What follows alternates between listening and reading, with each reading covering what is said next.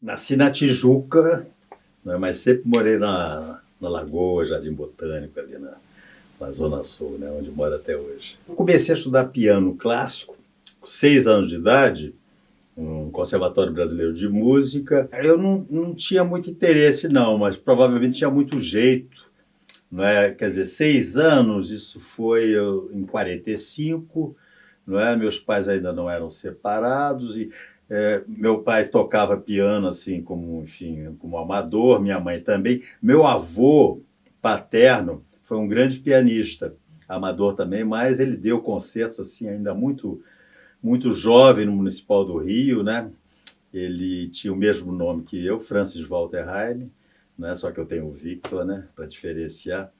E, enfim, provavelmente era uma tradição de família. E aí eu comecei a estudar no conservatório, possivelmente ingressei no conservatório uns 2 anos depois, porque foi um estudo de 8 anos, dos 6 aos 15 anos de idade, né? E eu me lembro que a cada final de ano tinha uma audição, né? Você tinha que preparar três pontos que eram sorteados, né? E sempre tinha uma peça de um compositor brasileiro, enfim, coisas simples, né? E, enfim, e eu me saía sempre muito bem, apesar de só estudar às vésperas da audição, né? Eu tenho um piano até hoje, que é um Steinway daquele mini model, né?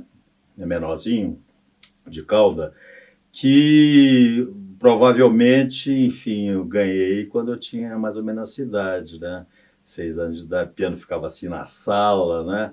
E eu me lembro que eu ficava estudando piano supostamente, minha mãe no quarto em cima ouvindo, meu filho está estudando e tal, mas eu ficava fazendo arpejos, cantarolando músicas de carnaval e tal. E ao mesmo tempo, aos poucos, eu fui desenvolvendo um gosto pela música popular, tocar de ouvido, né?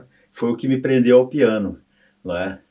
Quer dizer, se fosse só a música clássica, a música de concerto, possivelmente eu teria parado no meio, né? Eu sempre tive um ouvido muito privilegiado, então aquilo devia mexer comigo, devia ter a curiosidade de tocar o piano, de descobrir, já que o estudo do piano em si era tão chato, né? Tão enfadonho, eu não achava a menor graça, era uma coisa que era imposta mesmo, né? Você vai estudar piano porque você tem jeito, tá, mas eu quero jogar bola, quero me divertir com meus amigos. Eu fui desenvolvendo esse gosto pela música popular, tocando de ouvido, né? Aí já adolescente, ia a festinhas, tocava as músicas para os amigos, tal, mas isso bem mais tarde, né?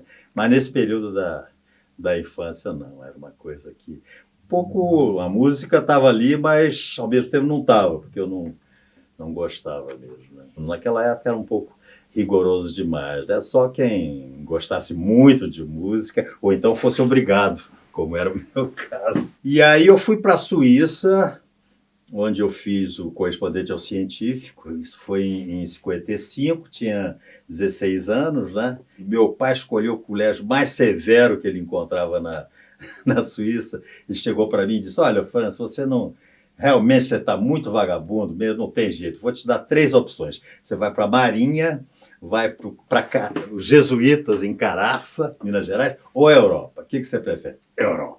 Né? Mas para esse colégio que era severíssimo, você não podia sair nunca, né? Em St. Gallen, na Suíça alemã, e eu não falava absolutamente nada de alemão, né? Enfim, não falava nada, tinha um pouquinho de inglês que eu tinha aprendido no ginásio. E lá eu conheci, tinha um brasileiro lá, Carlos Sômolo, que tocava violão e saxofone, e a gente fazia duplas, tocava um pouquinho de piano e tal. E era um colégio numa montanha, né, uma verdadeira prisão, você não podia sair nunca. E a única forma de sair era fugir e tal, mas as entradas eram muito vigiadas.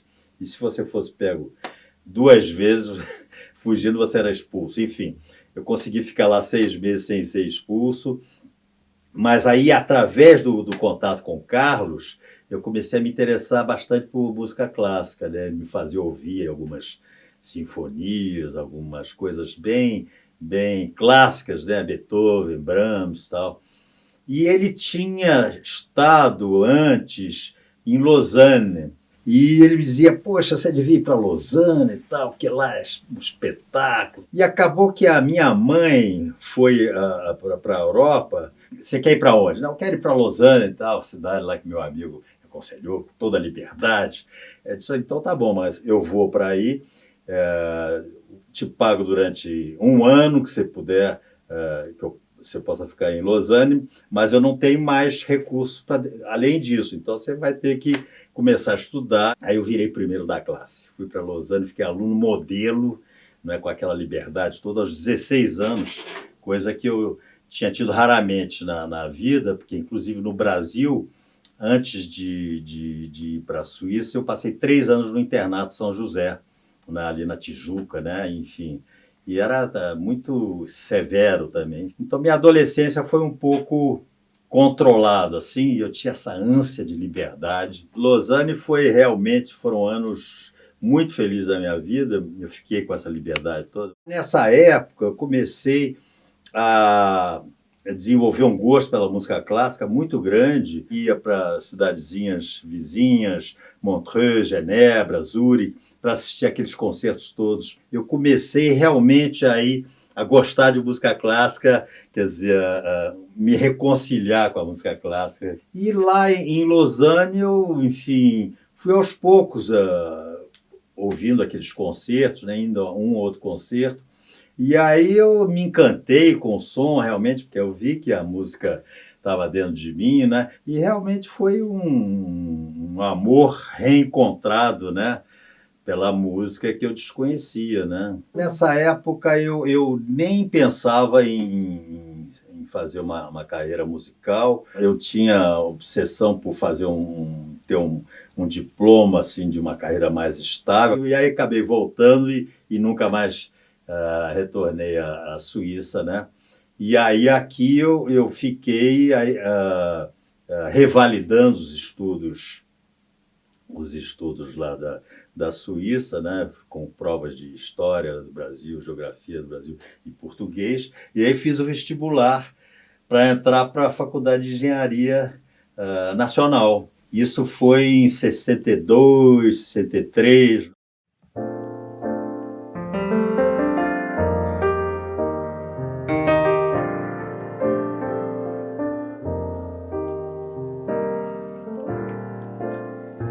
Eu vou lhe deixar a medida do bom fim, não me valeu,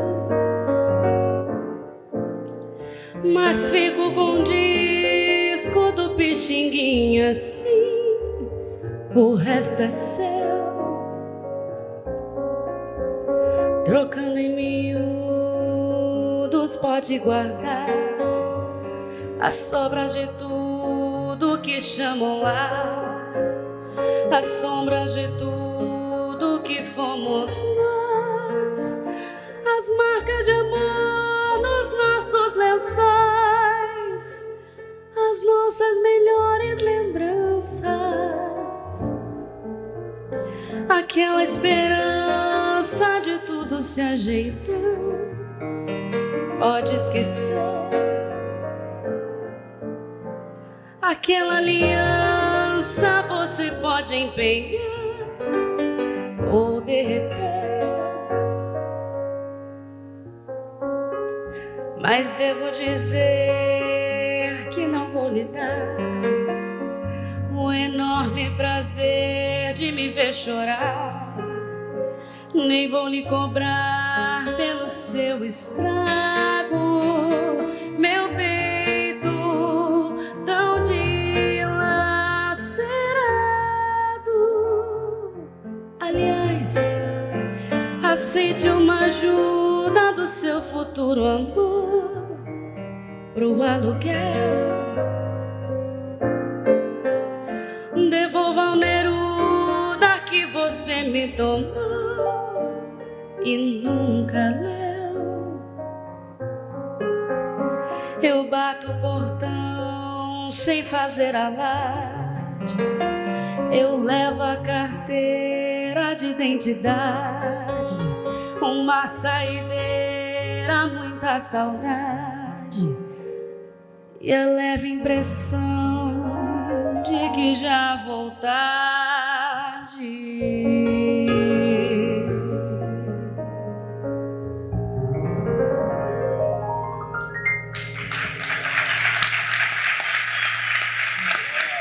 Bravo, lindo. Bom, hein?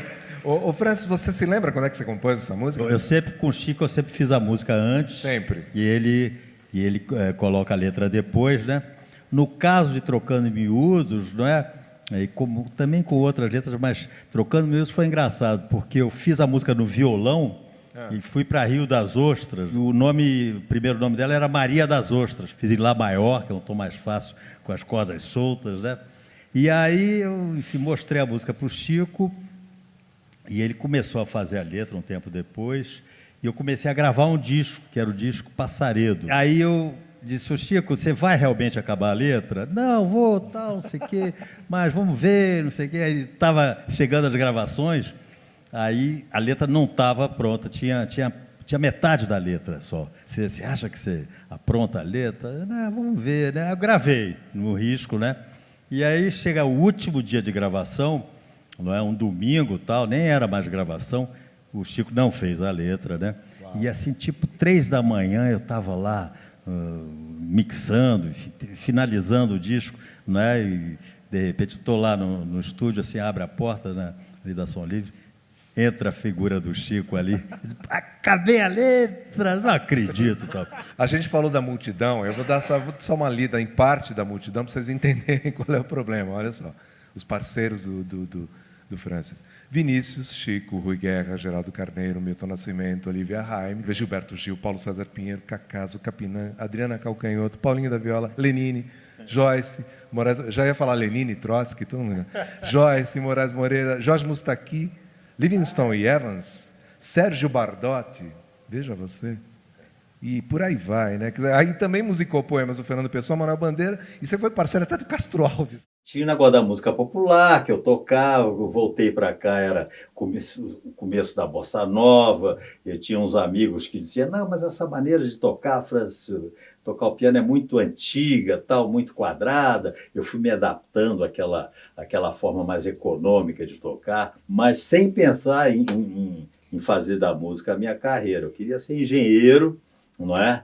E realmente eu só resolvi fazer música a partir do momento que eu estava com o diploma de engenheiro na mão, que foi em 69. E muito significativamente, no dia da entrega do canudo simbólico lá no Maracanãzinho, no Rio, não é? Do diploma, em vez de eu estar lá, eu estava aqui em São Paulo, participando da inauguração da TV Bandeirantes. Eu disse, vou ser músico, vejo. Eu fui para lá em novembro de 55, e no final, aí passei o Natal lá, no final de 56 eu voltei para passar o Natal aqui com minha família, e nessa época eu conheci Vinícius de Moraes. Me lembro quando eu toquei para ele aquela valsa dele, Eurídice, né? Com a energia do menino dos 16 anos, né? Eurídice do Orfeu da Conceição. E aí ele comentava com minha mãe, Dália Antonina, Dália, esse menino tem que fazer música, não tem que fazer engenharia, tal. Que embora eu não cogitasse de fazer uma carreira musical, muito menos de pianista clássico, eventualmente, enfim, não me passava muito pela cabeça o que seria, porque eu não cogitava essa hipótese de ser músico, né? Mas eu comecei a gostar de tocar algumas coisas, algumas peças clássicas, não é? Então eu fiz algumas aulas com a Vilma Graça, que era uma excelente professora, aula de solfejo, ela dizia que eu era muito bom de solfejo, né? E, enfim, e fiz esse estudo, estudei um pouquinho com Mário Tavares, regente, né? Maestro, compositor também. Se eu não me engano, tive umas aulas com Guerra Peixe também, enfim. Comecei a me interessar por alguma coisa nesse sentido, porque eu já fazia alguns arranjos, algumas orquestrações. Existia esse florescimento da Bossa Nova, né? Eu comecei minha primeira parceria foi com o Vinícius de Moraes em 64, e era um começo de movimento, né? O meu primeiro disco foi em 64. Em torno de Vinícius existia esse movimento, né?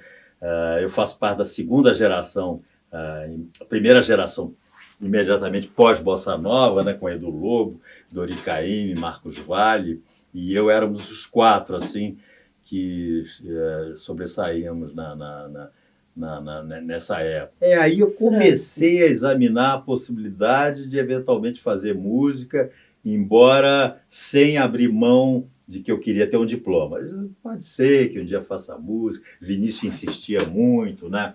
Enfim, primeiro parceiro como Vinícius, enfim, me dava assim, uma vontade de fazer alguma coisa. Ele achava que eu tinha muito talento, não só eu, como Dori, como Edu, né? Ele dava muita força aos jovens, né? E aí isso foi determinante. O Sem Mais Adeus foi a primeira música minha com começo, meio e fim, porque antes eu fazia uns temas, esboçava, mas não completava, né? Então essa coisa de ficar dedilhando música popular ao piano, eu já esboçava alguns temas, mas Sem Mais Adeus foi a primeira completa, e ele abria essa possibilidade, né, de você mostrar as coisas, enfim, ele incentivava, né? A gente se sentia muito seguro, né, os compositores da minha geração. E teve um verão lá, de 63 para 64, se eu não me engano, em que nós fomos para Petrópolis, né, a cidadezinha ali perto do Rio Serrana, e todo dia nos encontrávamos com Vinícius, tinha aquelas festinhas e tal, e eu comecei, através de Vinícius, conhecer o pessoal todo da Bossa Nova, conheci Tom, Carlinhos Lira, Baden Powell, né? Enfim, e a partir dali eu entrei na turma, né? Um belo dia ele chega na varanda no Rio de Janeiro, na varanda de um bar, com uma letrinha num guardanapinho de papel. Ele disse, aqui, né? Aqui a letra do Sem Mais Adeus. Eu não acredito, né? Vinícius, ele foi fundamental na minha vida, inclusive para a minha escolha, né, de seguir música, né? Não preciso nem dizer o nome, vocês vão entender.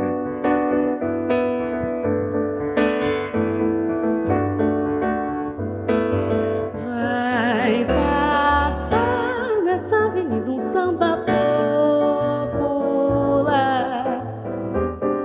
Cada paralelepípedo da velha cidade essa noite vai se arrepiar ao lembrar que aqui passaram sambas imortais, que aqui sangraram pelos nossos pés, que aqui sambaram nossos ancestrais. Num tempo, página infeliz da nossa história, passagem desbotada na memória das nossas novas gerações.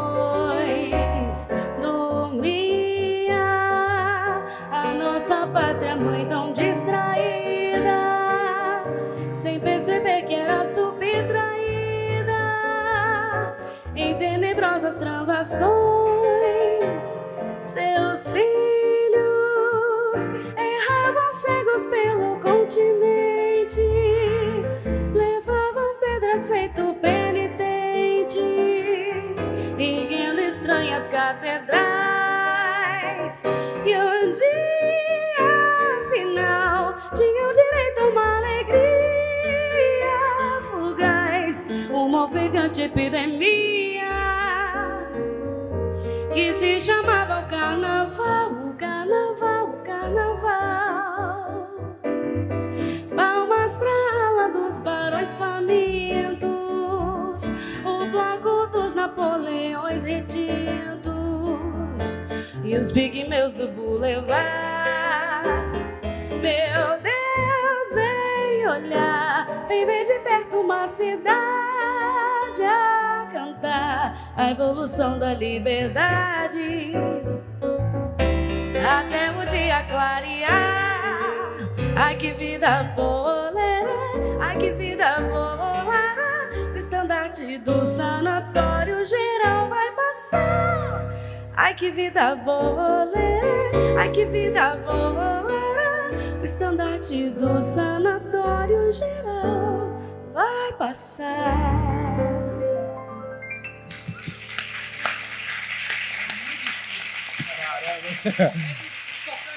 Esse grau de dificuldade aí é... Esse 3x8 aí no meio, né? Pá, pará, pá, pá, pá, pá. Essa música foi atípica com a parceria com o Chico, porque ele fez o começo da Foi música. rápido, ele escreveu a letra rápido. Escreveu a letra rápida. Mas ele fez o começo da música, não é? E a ideia era... A gente foi jogar um futebol lá no Politeama, lá no Recreio, né? O Chico adora futebol, gosta mais de futebol do que de música, né? Então, a gente voltou para a casa dele, vários compositores e tal, e a ideia era que cada um escrevesse um pedaço de uma melodia, né? Na melhor tradição do samba enredo, né? Que vários compositores. Mas aí o porre foi geral, e eu fui um dos últimos a cair, né? E esbocei ainda uma tentativa de melodia ali para o final. Aí ele gostou na hora, legal, tal, não sei o quê. E aí fui para casa alguns dias depois, eu voltei aí com a música terminada, né? Meu começo de profissão de engenharia, fui estudar nos Estados Unidos. Acabei ficando 4 anos lá, mas não trabalhava lá, estudava. E comecei a estudar música doidado, orquestração, regência, composição, trilhas para filme. Então, a partir dessa bagagem, porque aí é uma verdadeira bagagem universitária que eu adquiri através de aulas específicas com determinados professores, aí eu voltei já me sentindo capaz de fazer música. Não é? Antes de ir para os Estados Unidos, em 69, o João Araújo, que era presidente não me lembro se já tinha Som Livre, talvez não tivesse, mas ele me disse, olha, Fran, você vai para os Estados Unidos, porque eu ia gravar um disco em 69, não grava agora não, vai para os Estados Unidos sem contrato, sem amarras, e quem sabe lá você consegue, a partir de não ter nenhum contrato aqui, você consegue uma situação muito melhor. Quando eu voltei, eu já tinha articulado de gravar um disco, mas aí não foi com o João Araújo, foi com a Odeon, e já com o repertório, já com as primeiras parcerias com o Chico, né, Atrás da Porta, Valsa Rancho, né, e com aquelas músicas de 10 anos, enfim, de composição, já estava decidido, vou voltar para ser músico. Imagina, 4 anos depois, nem sabia mais o que era engenharia, né? Quando eu voltei dos Estados Unidos, aí já com toda a teoria, né, da orquestra, né, eu voltei e fiz esse disco na Odeon com grande orquestra. Tinha lá, sei lá, 20 cordas, 8 metais, 10 madeiras, enfim, gravava-se tudo em 2 canais, não é?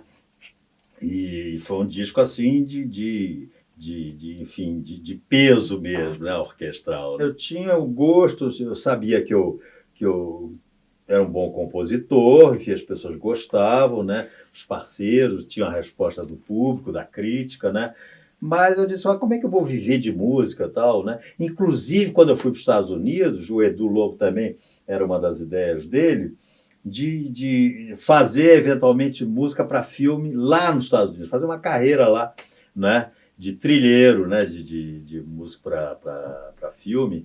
E aí eu percebi que, para fazer isso, teria que morar lá, ficar para sempre lá, não dava para ficar na ponte aérea, vindo e voltando. Então, desisti dessa ideia, porque disse, não vou me habituar a morar longe do Brasil.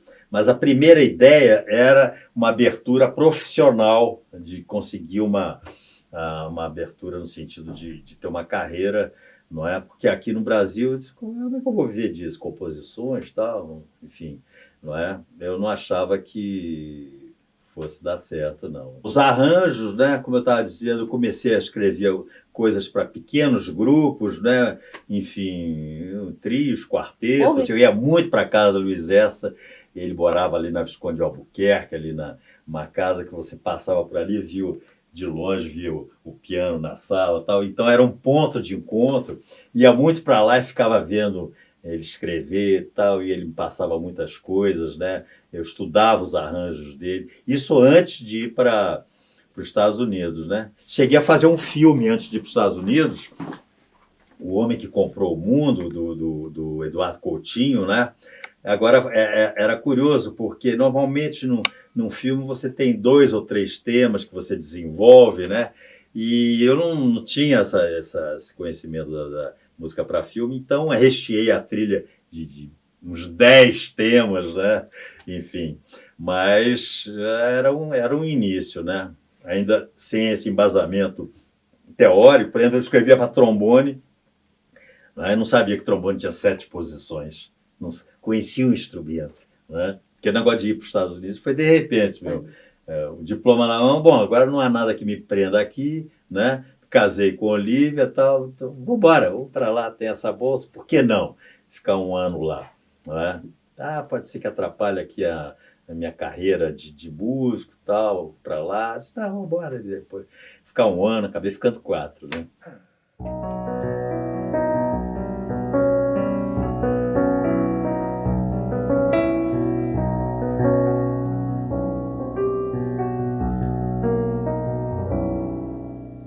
Em Pinta Cinco, em Pinta Roxo, meu Irapuru.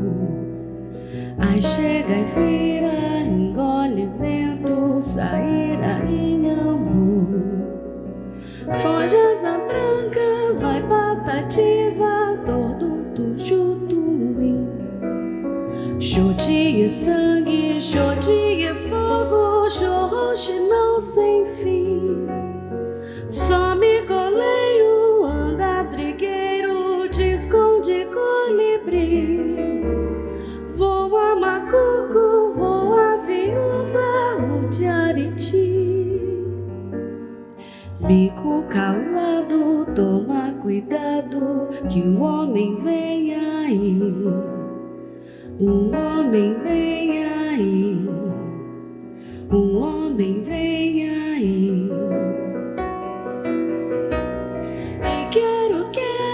Oi, tico-tico, anum pardal chapim. Chocotovia, show ave fria, show pescador Martim. Some rolinha, andandurinha, te esconde bem te vi. Voa bicudo, voa sanhaço, vai Juriti. Bico calado, muito cuidado, que o homem vem aí. O homem vem aí. O homem vem aí.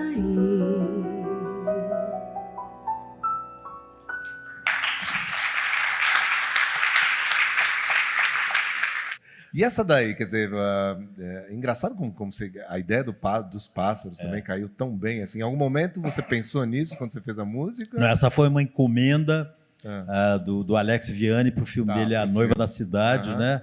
E eu fiz a música antes. Eu acho que eu já tinha feito a música antes, sim.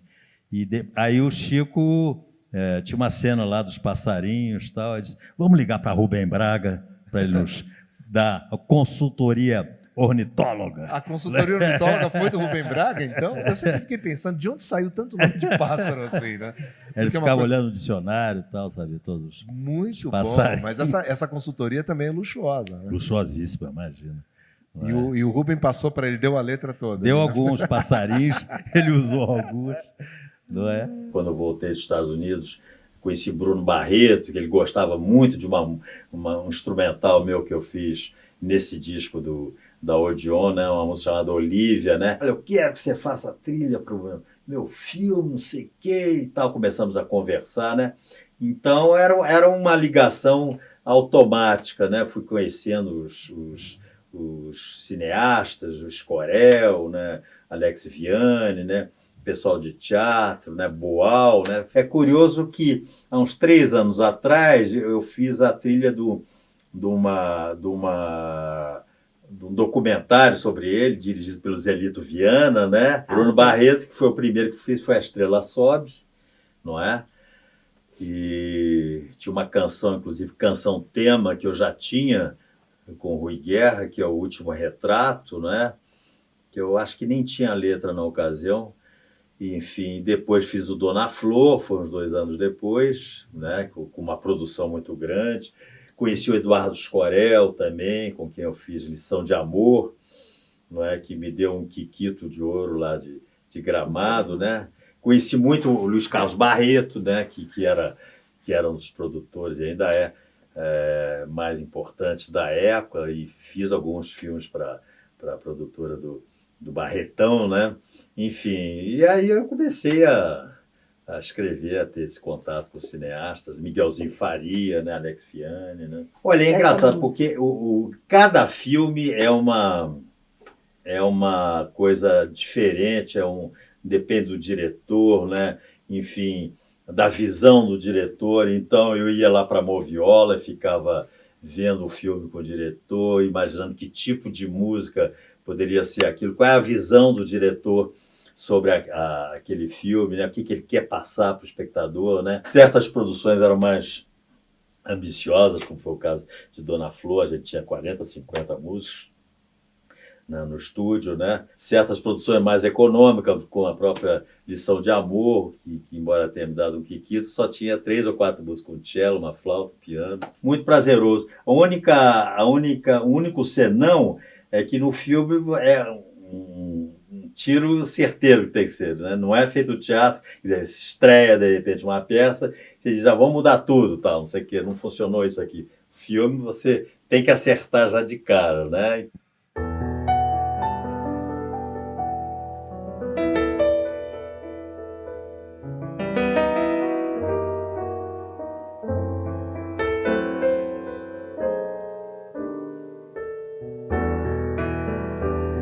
Quando olhaste bem nos olhos meus e o teu olhar era de adeus, juro que não acreditei. Eu te estranhei, me debrucei sobre o teu corpo e duvidei, e me arrastei e te arranhei e me agarrei aos teus cabelos, no teu peito, teu pijama, nos teus pés, ao pé da cama. Sem carinho, sem coberta, no tapete, atrás da porta. Reclamei baixinho.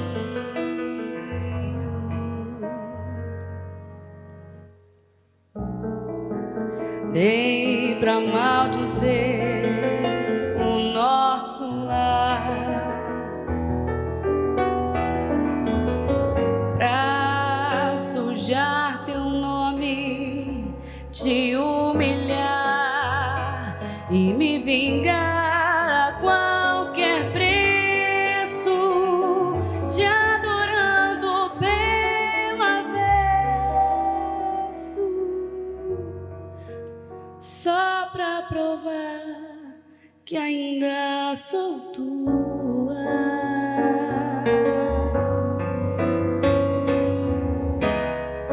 Só pra provar que ainda sou tua.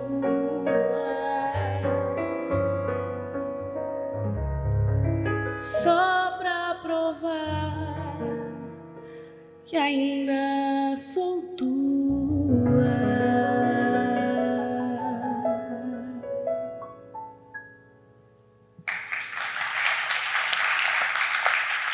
É impossível ver essa música sem pensar. Eu me lembro quando Elis Regina gravou isso, quer dizer, tinha aquela... No final, ia para um crescendo de emoção, assim, que era... E é uma das músicas mais tristes do universo. Como é que ela nasceu? Eu fiz a música, eu estava em Los Angeles, isso em 71, mais ou menos. Aí eu vim de férias aqui ao Brasil, passar o Natal. Aí, no meio de uma festinha na casa dos pais de Olívia, lá em Petrópolis, né, umas 30 pessoas assim em volta do piano, comecei a tocar a música, o Chico pegou papel e lápis, começou a escrevinhar ali a letra, foi ali? a letra do Atrás da Porta. Só que ele foi só até o meio, o mesmo lance do Trocando em Miúdos, né? Aí eu ia voltar para Los Angeles, e aí eu encontrei com a Elis, ela estava preparando o disco, e ela disse, você não tem... O que você tem aí de música nova tal? para eu gravar. Aí eu gravei, olha, tem essa, parcerias com o Paulinho César Pinheiro. E ele disse, olha, tem uma parceria nova com o Chico Buarque, mas que está pela metade, então não vou gravar aí, não adianta. Ele disse, não, deixa aí, que você volta lá. Eu fico no pé dele. Aí o Menescal, que era o produtor do disco, deu aquele chamado golpe do Francis. O golpe do Francis. Ele que inaugurou, né? Foi o precursor. Gravou todos os violinos, tal, esse arranjo belíssimo do César Camargo Mariano, não é? E aí o Chico acabou a letra. Um dia ele me liga lá para Los Angeles, já com a diferença de hora. Aqui eram 2 da manhã, lá 9 da noite, sei lá. E aí ele diz, Francis, estou desesperado, terminei a letra, não tem para quem mostrar, está todo mundo dormindo, o que eu faço, né? Aí terminou a letra. Depois eu voltei para cá e aí já conheci a gravação, né? Foi uma gravação assim sensacional, né? Tá entre assim as top 5 assim das suas intérpretes assim? Sem fácil, dúvida, né? sem não. Elis é talvez seja a maior cantora brasileira de todos os tempos. Realmente eu tenho veneração por Elis, é sensacional. Quando eu faço uma música, uma canção, vou mandar para o parceiro, eu não tenho muita ideia do que seria aquela letra, né? Enfim, o que ela pode provocar, né? Então, é uma coisa abstrata, essencialmente. E agora aconteceu uma coisa mais curiosa, porque duas das canções desse último disco, né? Eu fiquei me perguntando o que seria essa música tal, antes de mandar para o parceiro, para sugerir alguma coisa, embora antigamente nunca tivesse feito isso. E nesse processo de me perguntar o que seria a canção, eu acabei fazendo 2 letras, né? Então, mas normalmente é um approach muito abstrato mesmo. Uma delas é o mistério, né? Que fala do acaso, da vida, da morte, e é uma música que eu gosto muito, queria abrir o disco com ela, mas eu não posso abrir o disco com uma música falando de morte, né? Um samba frenético, uma viagem, enfim. Inclusive eu pensei em mandar para o Gil, né? Nós temos uma parceria, eu e o Gil tem realmente uma cabeça muito criativa, além de ser um compositor fantástico, né? E aí eu comecei a pensar, o que seria essa letra? Eu queria isso, tal, mas será que ele vai fazer isso? Não é? E aí eu fiz a letra, não é? Nesse processo, né? Eu já tinha feito letras anos atrás no disco Choro Rasgado, que eu fiz um samba dedicado ao Rio, Gente Carioca, outro samba falando sobre amor e uma canção falando sobre o Tom, imaginando um encontro meu com ele no Jardim Botânico, né?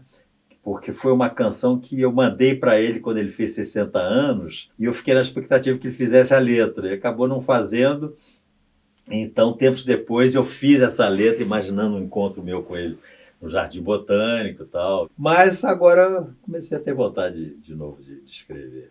Inclusive, eu vou fazer um livro, vai ser uma história das canções, não é? Uma análise das canções, às vezes um pouco mais técnica, e contando como é que elas surgiram, qual é o caminho das canções, algumas peças, inclusive, de concerto, né? Pego o concerto de violino, quais são os temas, como é que eu elaborei isso, enfim, né? Qual foi o caminho da criação mesmo, processo de criação, né? Pontuando para cada canção ou obra, enfim, vai ser umas 30 canções. Eu sou mais ou menos disciplinado, depende da área de atuação. Por exemplo, eu gosto muito de produzir também, né, de organizar coisas, mas para criar, na música de concerto, se eu tenho uma peça que eu vou escrever, concerto de violino e orquestra e tal, eu tenho que ter uma disciplina, tenho que sentar todo dia, escrever um pouco, umas 3 ou 4 horas, para dar continuidade, senão depois para se retomar o trabalho, enfim, você perde o fio. Já na música popular é uma inconstância total. Às vezes pode acontecer de eu compor 2 ou 3 canções no mesmo dia, às vezes passo semanas sem compor nada, então não tenho essa disciplina, né? Eu gosto muito de fazer música do nada, de ir para o piano, começar a compor, ou então fazer música sem instrumento mesmo, que eu ouço muito a música na minha cabeça, né? Na música de concerto, sim, você tem que ter essa disciplina. Vou para o papel e lápis, eu só escrevo no papel, é uma desgraça porque eu não escrevo no computador. Então, para as revisões e modificações que eu tenho que fazer, leva muito mais tempo, mas até hoje eu não consegui me desvencilhar do papel. Adoro o papel. Tenho planos de começar a escrever com o computador. Compõe muito ali na fronteira, né? Com a música popular influenciando muito os temas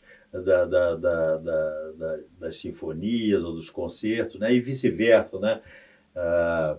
Eu tendo muita influência da escrita de concerto nas minhas canções, são todas mais elaboradas, né? Enfim, elas convivem bem, eu acho. O que a engenharia te ajudou? Aí eu respondi assim sucintamente. Me ajudou a organizar um equilíbrio musical. Só isso a frase, né? De fazer essa construção, de ver as sonoridades, né? De fazer os contrastes, né? Os planos, né? As dinâmicas, né?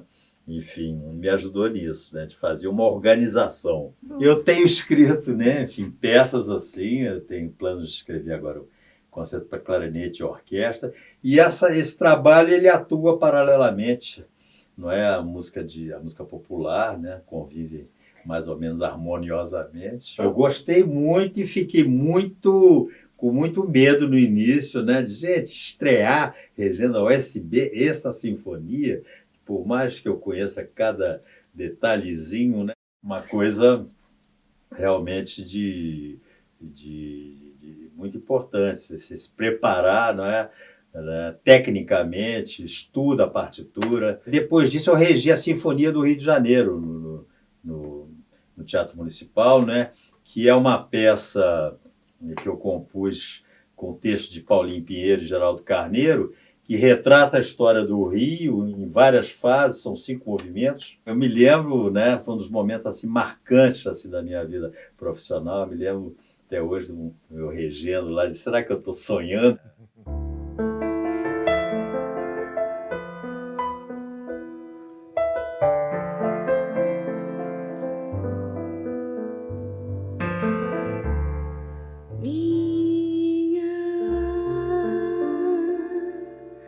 Vai ser minha desde a hora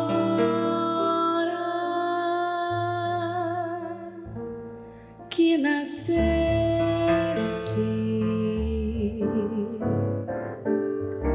Minha,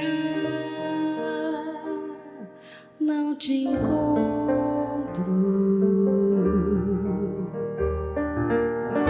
Só sei que estás perto e tão longe, no silêncio, noutro amor, como uma estrada que não deixa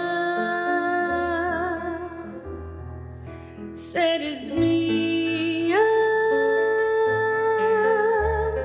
onde estejas,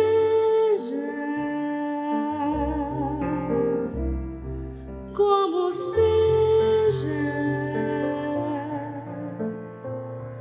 vou te achar, vou me entregar, vou te amar, e é tanto, tanto amor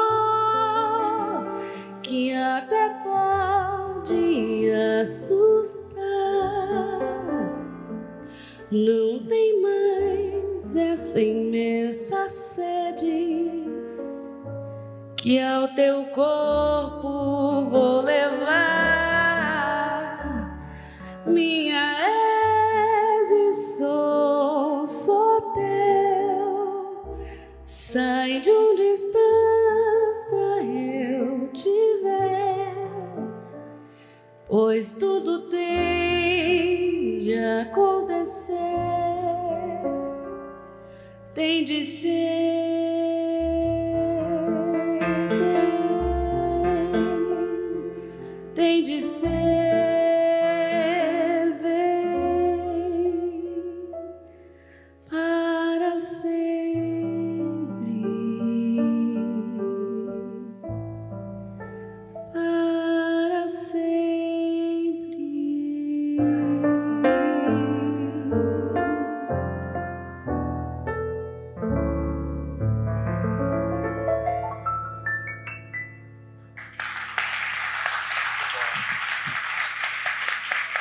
Nós chegamos no Rui Guerra, né?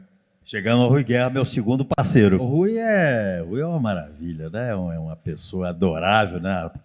Apesar daquela aparente sisudez dele, né? E enfim, um parceiro sensacional, meu compadre, né? E meu segundo parceiro. E essa música nós fizemos em 65, né? Eu fiz a música antes. Com o Rui, às vezes eu fazia a música antes. Acho que a nossa primeira parceria foi uma Ave Maria, 64, por aí. E muitas vezes eu musicava poemas dele. Eu acho que foi o primeiro parceiro, primeiro poeta de quem eu musiquei letras, né? Hábito que depois se tornou bastante frequente. Hoje em dia eu gosto muito de musicar letras, né? Poemas. Geraldinho Carneiro, a maioria de nossas parcerias são poemas dele que eu musico, né? Então, com o Rui acontecia dessas duas formas, né? Essa música, eu me lembro que ele fez a letra num domingo, no final de tarde, e aí ele fez a letra e depois eu disse, será que está bonito isso? A gente implicava um pouquinho com a sonoridade de minha, será que não é? Fica bonito? E será que é musical, né? A gente achou que era besteira. Não, tá bonito, sim, tal. Tá realmente bonito, né? E aí a música, enfim, ganhou vida, né? Foi curioso que nessa época o Minha se tornou, por acaso, sei lá, meio que um hino nacional de casamento. Todo mundo que casava, inclusive eu, foi com o Minha tocando cello lá. Olha só. É curioso. Elis Regina, que se casou com o Ronaldo Bosco, com essa música e tal. É engraçado isso. Né? Bela trajetória. Né? Minhas composições não têm um alvo, não têm um tema, assim, um objetivo, né? São composições livres, né? Enfim, em função mesmo da música, né? Mas não tem uma ligação com pessoas, né? Agora, a primeira pessoa que eu mostro minhas músicas é sempre a Olivia, minha mulher. Mostro para ela, se ela gosta, então eu vou em frente. Quando eu mostro uma canção, é porque eu já gostei, senão eu não mostro, né? Às vezes eu até componho no violão, ou baixinho, no piano elétrico, você regula, né? Para ter certeza, né, daquela melodia e tal. Então, quando eu mostro, é porque eu já estou meio encantado com o resultado, né? Então, o aval da Olivia, para mim, é fundamental. Mas se por acaso ela não gosta, isso está meio repetitivo, tal, não sei o quê. Aí eu fico buscando uma resposta para aquilo. Às vezes eu mudo, às vezes não mudo. Não, é isso mesmo. Hoje em dia eu gosto de dormir mais cedo. Antigamente eu gostava de dormir 6, 7 da manhã, tal, ficava trabalhando à noite, né? Hoje em dia eu durmo assim 1h da manhã, tal. Enfim, aí eu gosto de compor de tarde, né? E depois da minha caminhada, às vezes componho na caminhada mesmo. Eu desejo me expressar, não é? Chegar às pessoas, emocionar as pessoas, não é? E fazer com que o retorno delas, enfim, me motive a fazer outras coisas. E às vezes eu tenho muito mais desenvoltura até no palco do que fora dele. Fora dele eu sou mais tímido, tal. No palco não. No palco né? E eu gosto de fazer shows para muita gente, para multidões, enfim. Quanto mais gente, melhor. Me emociona a música. A música é uma coisa misteriosa, né? Por que eu estava ouvindo lá o Herbie Hancock tocar e de repente no meio do concerto volta aquele tema aí comecei a me debulhar, não conseguia segurar aquela coisa tão bonita dele tocando ali, aquele negro ali com o Dudamel, aquele brancão, os dois depois se abraçando, né? Aquele congraçamento, né? Tão bonito, e ele ao mesmo tempo olhando assim o Herbie Hancock tocando com aquele jeito dele, né? Aquela música tão bonita do Gershwin, a música, né? A música, começa pela música, né? Que é muito bonita, né? E aquela orquestra, os músicos maravilhosos tocando, aqueles solos. Nossa, né? Eu às vezes vou a concertos, assim, eu tenho que me segurar para não não passar vergonha e não chorar, né? Então, é uma coisa da música mesmo. Me emociona e me faz compor. Eu gostaria de compor sempre mais e mais, gostaria de ter saúde para viver mais uns 30 anos, pelo menos. Chegar a 105, 105 tá bom. E poder estar sempre compondo, não é? Eu gostaria de ter essa saúde, né? Porque sem saúde, aí, física e mental, você não consegue realizar as coisas, né? Enfim. Então, esse era meu sonho. Nossa primeira canção, Mas Sem Mais Adeus.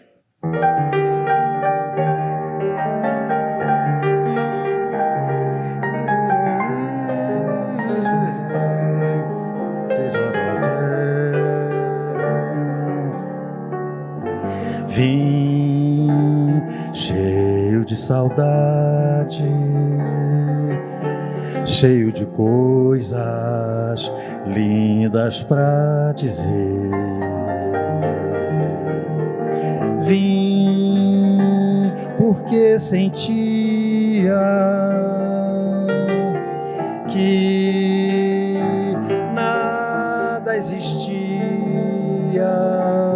fora de você, nem a poesia, amor, na sua ausência quis me receber.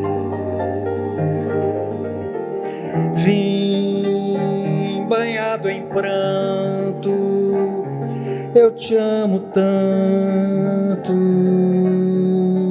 Vem aos braços meus, sem mais adeus. Oh, vem.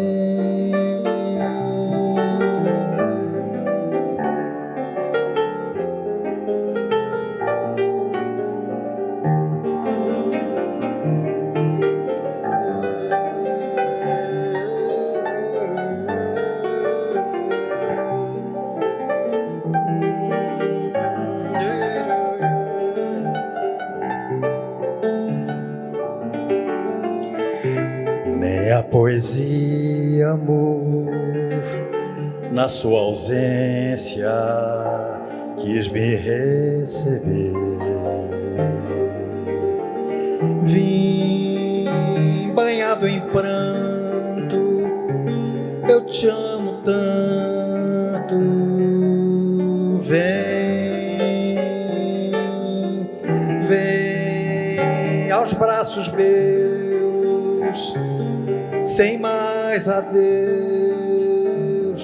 Oh, vem.